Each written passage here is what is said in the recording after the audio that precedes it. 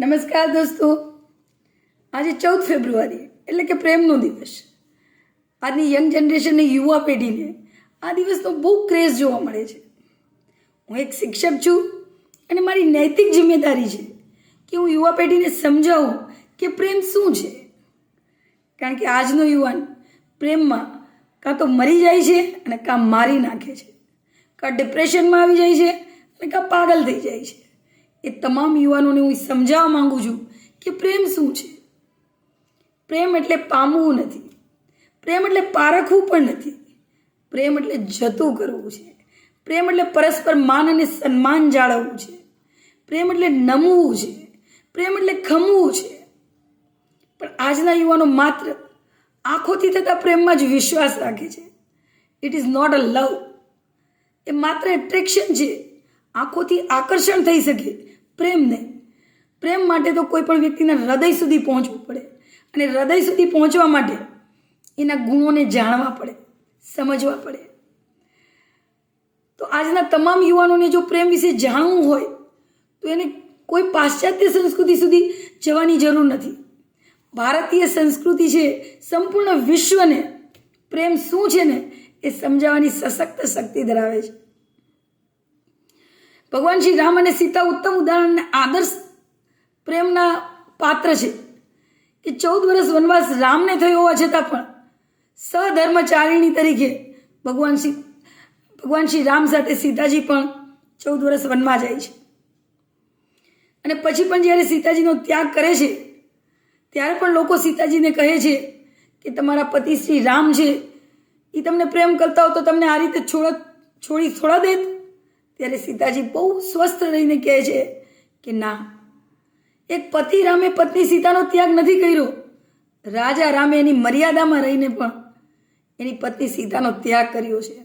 જો મારા પ્રત્યે એને પ્રેમ ન હોત તો એને બીજી રાણી સાથે લગ્ન કરી લીધા હોત. પણ એને લગ્ન નથી કર્યા. એ જ દેખાડે છે કે દૂર અને મર્યાદામાં રહીને પણ પરસ્પર પ્રેમથી બંધાયેલા રહ્યા છે. એવો સુંદર પ્રેમ રાધા કૃષ્ણનો છે કે જે લગ્નમાં પણ નથી પરિણમ્યો, છતાં પણ પોતાની મર્યાદા અને પવિત્રતાના જોરે ઇતિહાસમાં એક અમર પ્રેમ કહાની તરીકે ભગવાન શ્રી કૃષ્ણ અને રાધા આજે પ્રસ્થાપિત છે.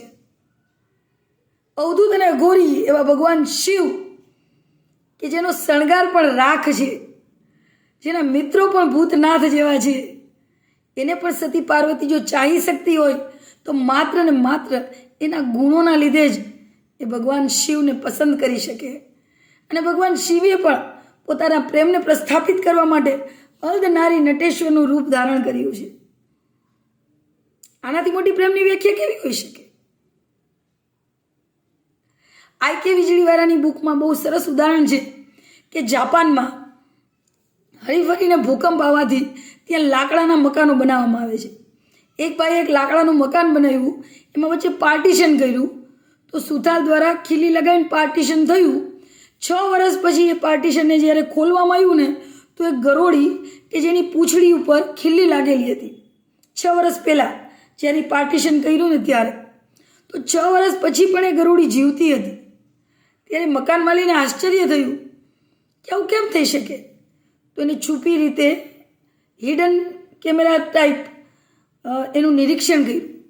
ત્યારે એને ખ્યાલ આવ્યો કે એક બીજી ગરોળી આવીને રોજ એને 3 ટાઈમ ભોજન કરાવી જાય છે, એની સાથે બેસે છે, એની સાથે રહે છે.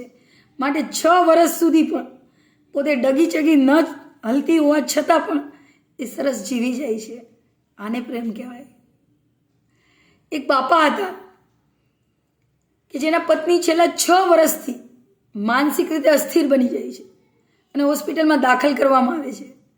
બાપા દરરોજ ફટાફટ રસોઈ બનાવી અને પોતાના પત્નીને પોતાના હાથે જમાડવા બપોરે 12:30 દવાખાને પહોંચી જાય છે. એક વખત ઉતાવળમાં આવતા આવતા એના પગમાં ઠેસ લાગે છે અને બહુ લોહી નીકળે છે, અંગૂઠામાં બહુ ઈજા થાય છે. એ નર્સ પાસે જઈને કહે છે કે મને ફટાફટ ડ્રેસિંગ કરી દો, મારા પત્ની છે એ ભોજનની રાહ જોતા હશે. તો એની ઉતાવળ જોઈને નર્સ પૂછે છે કે શું થયું છે બાને? તો કે બસ એને માનસિક રીતે અસ્થિર છે પણ એનો જમવાનો ટાઈમ થઈ ગયો છે. તો કે માનસિક અસ્થિર છે તો એ તમને ઓળખે છે?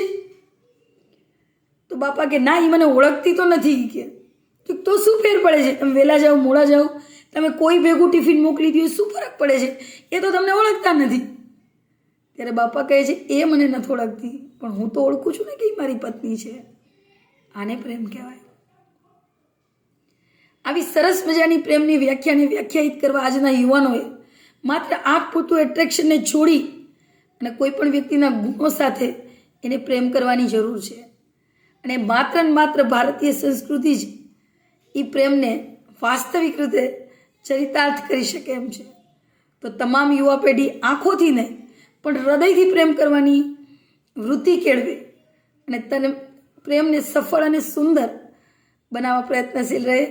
એ જ આજના પ્રેમભરી દિવસની આપ સૌને ખૂબ ખૂબ શુભેચ્છાઓ. Thank you.